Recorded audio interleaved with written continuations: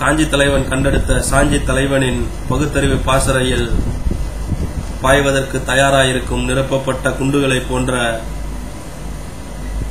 செயல் வீரர்களை கொண்ட மறுமலர்ச்சி திராவிட முன்னேற்ற கழக இணையதள நண்பர்கள் அணியின் சார்பாக நடத்தப்படும் யூடியூப் சங்கொலி நியூஸ் சேனலின் முதல் பேச்சு போட்டியில் நான் பங்கு பெறுவதில் பெருமகிழ்ச்சி அடைகிறேன்.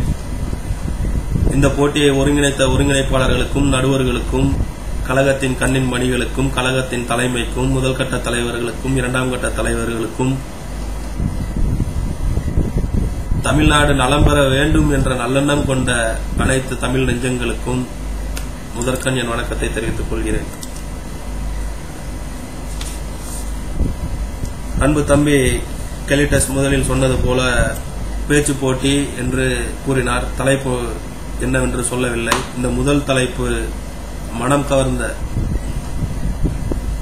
தமிழக மக்களின் மனம் கவர்ந்த கல்வன் என் தலைவன் வைகோ என்று அருமை அண்ணன் நாஞ்சில் சம்பத் கூறியதை போன்று இந்த முதல் தலைப்பும் மனம் கவர்ந்த தலைப்பாய் அமைந்துவிட்டது.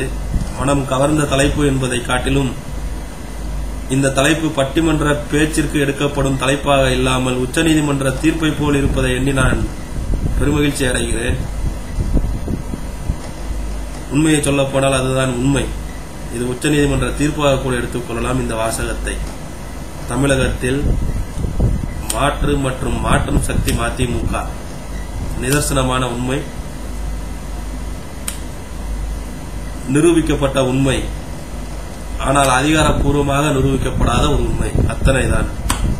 அதிகாரப்பூர்வமாகத்தான் நிரூபிக்கப்படவில்லையே தவிர இது நிரூபிக்கப்பட்ட ஒரு உண்மை. ஆயிரம் எடுத்துக்காட்டுகளை சொல்லலாம் இது உண்மை என்பதற்கு. ஆனால் கொடுக்கப்பட்ட 15 நிமிட நேரம் போதுமானதாக இருக்காது என்ற காரணத்தினால் ஒரு சில நிகழ்வுகளை மட்டும் இங்கு பதிவு செய்ய நான் ஆசைப்படுகிறேன். இரண்டாவதாக போட்டி எனும்போது இந்த போட்டி என்ற ஒரு வாசகத்தில் எனக்கு ஒரு சிறிய நெருடல். என் சகாக்களோடு போட்டியிடும் மனநிலையில் நான் இல்லை. ஆகவே எனது எதிர்பார்ப்புகளையும் எனது ஆசைகளையும் எனது உள்ள குமுறல்களையும் பதிவு செய்ய கிடைத்த ஒரு சந்தர்ப்பமாக நான் இதை எடுத்துக்கொள்கிறேன். இந்த கருத்துக்கு வலு சேர்க்க வேண்டும் என்று பார்த்தால் தமிழகத்தில் தமிழன் தாக்கப்படுவதாகவோ தமிழன் துன்புறுத்தப்படுவதாகவோ எங்கு நடந்தாலும் அந்த இடத்தில் அவனை காப்பவனாக நிற்கும் ஒரு கவசம் மதிமுக. வாளேந்தி போர் புரிவோம். சொல்லப்போனால் ஒரு தலைவன் எப்படி இருக்க வேண்டும் என்றால் ஒரு போர் படையினை முன்னின்று வழிநடத்துவனாக இருக்க வேண்டும். அவன்தான் தலைவன். அப்படி ஒரு தலைவனை கொண்ட கட்சி மறுமலர்ச்சி திராவிட முன்னேற்ற கழகம். இந்த மறுமலர்ச்சி திராவிட முன்னேற்ற கழகத்தின் கைகளில் அதிகாரம் இருக்குமாயானால் அச்சப்பட ஒன்றும் தேவையில்லை. நான் என் தலைவனை புகழ்ந்து பேசுகிறேன் என்று நினைக்க வேண்டாம். தலைவன் முன்னும் தொண்டன் பின்னும் இருப்பது பார்ப்பது மேடைகளில் மட்டுமே இருக்கும். பெரும்பாலும் போராட்ட களங்களில் இருக்காது. இங்கு அது கூட வித்தியாசமாக மேடையில் தலைவன் பின்னே தொண்டன் முன்னே, போர்க்களத்தில் தலைவன் முன்னே தொண்டன் பின்னே. ஜூனியர் விகடனின் வெளிவந்த புகைப்படத்தை உங்களுக்கு ஒரு சாட்சியாக இங்கு காண்பிக்க விரும்புகிறேன்.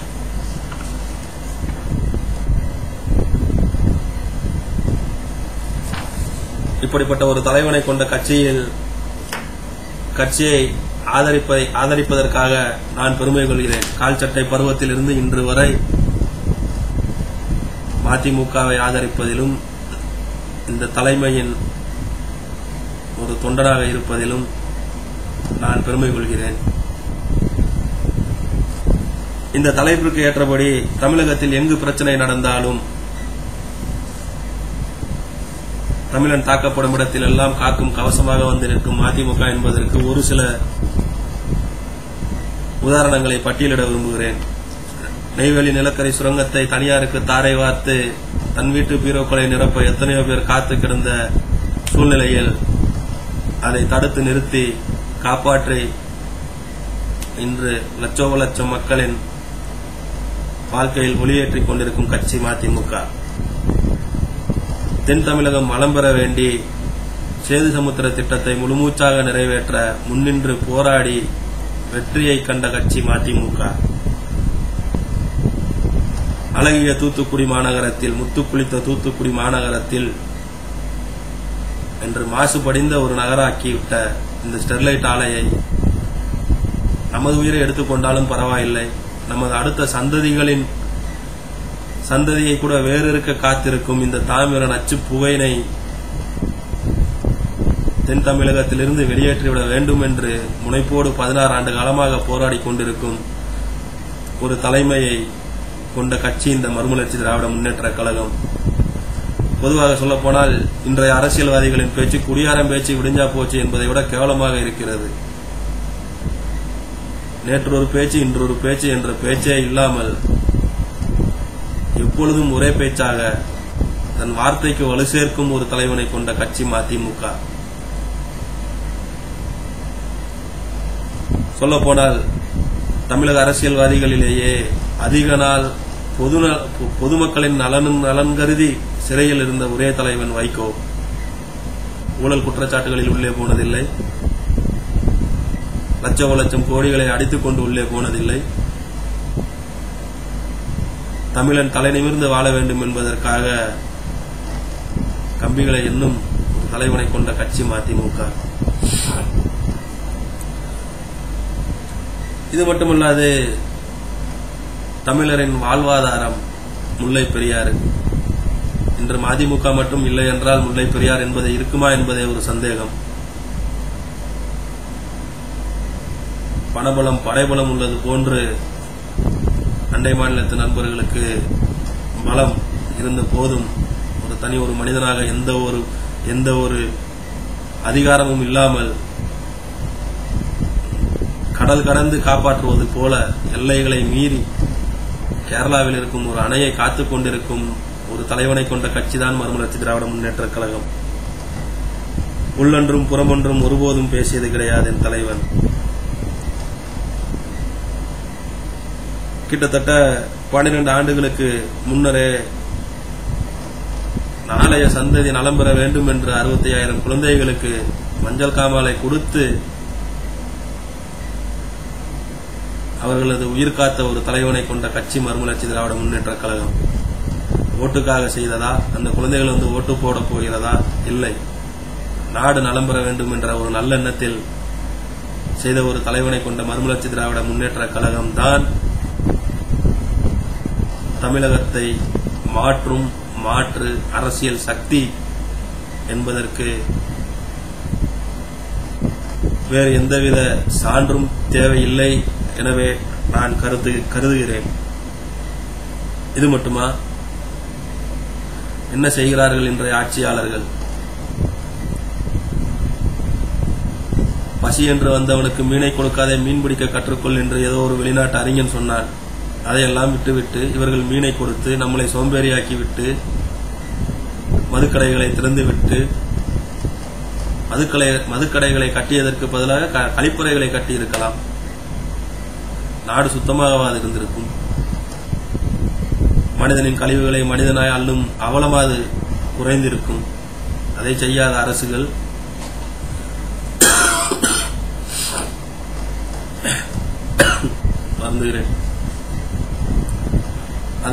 அரசுகள் நம்மளை போதையின் பிடியில் வைத்துவிட்டு ஊரு 2 நாள் கூத்தாடிக்கு கொண்டாட்டம் என்பது போல இந்த போதை என்பது ஒரு விசித்திரமான ஒரு விஷயமாகவே தோன்றுகிறது எனக்கு. சமீபத்தில் ஒரு பத்திரிகையில் படித்த செய்தி,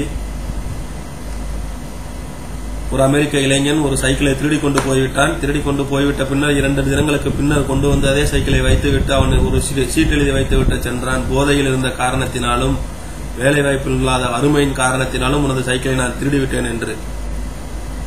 இதில் வேலைவாய்ப்பு இல்லை என்பது இருந்தாலும் அந்த நண்பன் போதை மட்டும் இல்லாமல் இருந்திருந்தால் அவன் திருடனாய் இருக்க மாட்டான். அப்படி நமது மனதை மயக்கி நம்மை சுயநினைவில்லாமலேயே வைத்திருந்து குளிர்காய பார்க்கிறது ஒரு கூட்டம்.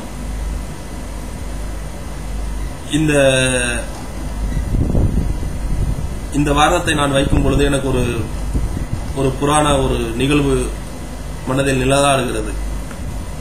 தமிழ்நாடு முற்போக்கு எழுத்தாளர் சங்கத்தின் சார்பாக நடத்தப்பட்ட ஒரு கலை இலக்கிய இரவில் பாரதி கிருஷ்ணகுமார் என்பவர் கிட்டத்தட்ட 15-20 ஆண்டுகளுக்கு முன்னர் பேசிய ஒரு பேச்சு இது.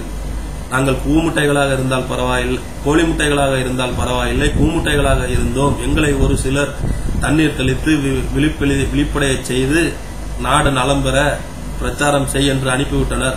அந்த பிரச்சாரத்தை நாங்கள் தொடங்கி இருக்கிறோம். இப்பொழுது உங்களை விழிப்புணர்வு பெற செய்ய வந்திருக்கிறோம் என்பது போன்று இன்று தமிழகத்தில் வாழ்ந்து கொண்டிருக்கும் ஒரு கட்சி மதிமுக என்றால் அது மிகையல்ல.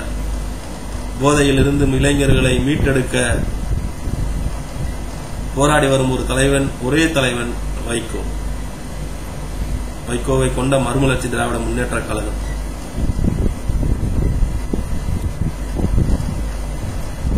நடைப்பயணம். ஏன் இந்த நடைப்பயணம்? யார் போதையில செத்தா எனக்கு என்ன இருக்கலாமே, ஏன் இல்லை?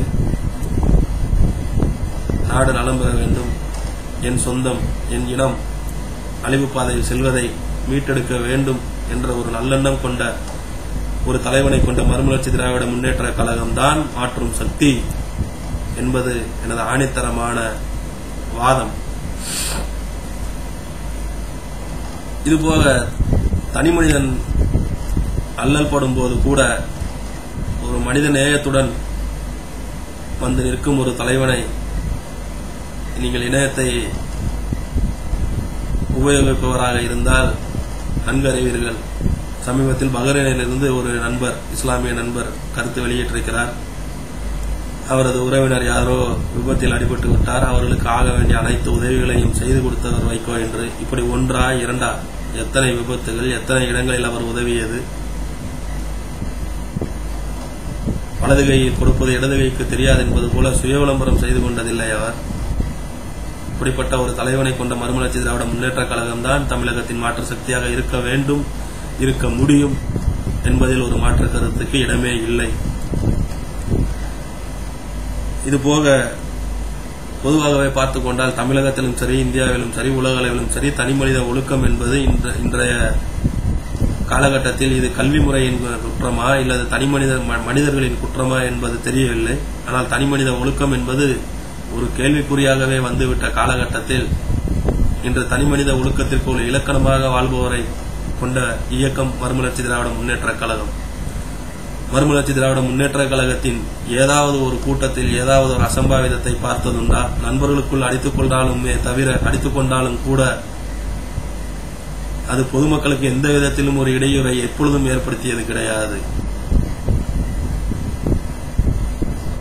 நாங்கள் பஸ்ஸை எரித்தது உண்டா? மாணவிகளை உள்ளேயே வைத்து பஸ்ஸை எரித்தது உண்டா? ஜாதி கலவரத்தில் ஈடுபட்டது உண்டா? தலை எப்படியோ வாழும் அப்படி என்பது போன்ற ஒரு ஒழுக்கமான வாழ்க்கையை வாழ்ந்து கொண்டிருக்கும் மறுமலர்ச்சி திராவிட முன்னேற்ற கழக தொண்டர்கள் கையில்தான் இந்த தமிழகம், எதிர்கால தமிழகம் வளம் பெற முடியும். போதையை பற்றி பேசிக் கொண்டிருந்தோம். இன்று போதையினால் வருமானம் ஈட்டிக்கொண்டு, வருமானம் என்பது அரசுக்கு செல்கிறதா அல்லது அதிகாரிகளுக்கு செல்கிறதா அல்லது அரசியல்வாதிகளுக்கு செல்கிறதா அல்லது ஆட்சியாளர்களுக்கு செல்கிறதா என்பது தெரியவில்லை. ஆனால் 5-10 சம்பாதிக்கிற ஒரு சாமானியனின் அடுப்பை அது அணைத்து விடுகிறது என்பதுதான் நிதர்சனமான உண்மை. இப்படி கேடுகட்ட ஒரு சூழ்நிலையில் சிக்கி தவிக்கும் தமிழகத்தை மீட்டெடுக்க வந்த ஒரு அட்சய பாத்திரம் என்பது மதிமுக என்ற ஒரு கருத்துக்கு மாற்று கருத்து இருக்க வாய்ப்பில்லை என்று நான் கருதுகிறேன்.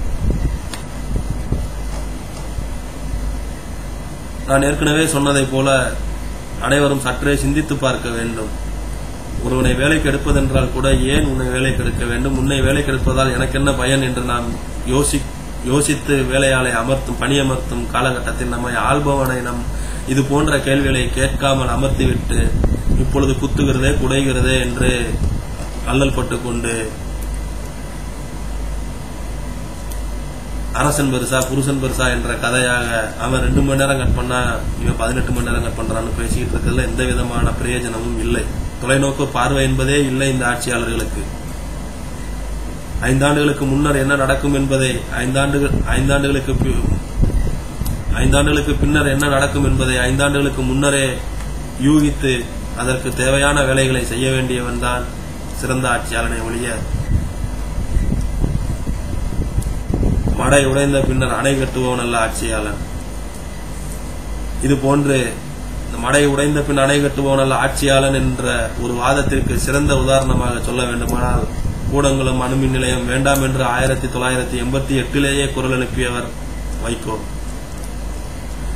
இப்படி அத்தனை தகுதிகளும் கொண்ட ஒரு தலைவனை கொண்ட மறுமலர்ச்சி திராவிட முன்னேற்ற கழகத்தின் கைகளில் தான் இந்த தமிழகத்தின் எதிர்காலம் சிறப்பாக அமையும் என்பது எனது பணிவான கருத்து. இதுபோக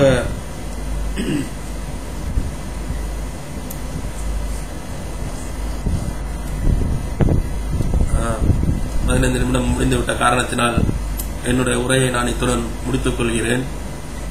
மீண்டும் ஒரு சந்தர்ப்பம் கிடைக்கும் பொழுது எனது வாதங்கள் சரியானதாக இருக்கும் பொழுது, எனது பேச்சு மற்றவர்களால் ரசிக்கும்படியாக இருக்கும் பொழுது, மீண்டும் ஒரு நல்லதொரு சந்தர்ப்பத்தில்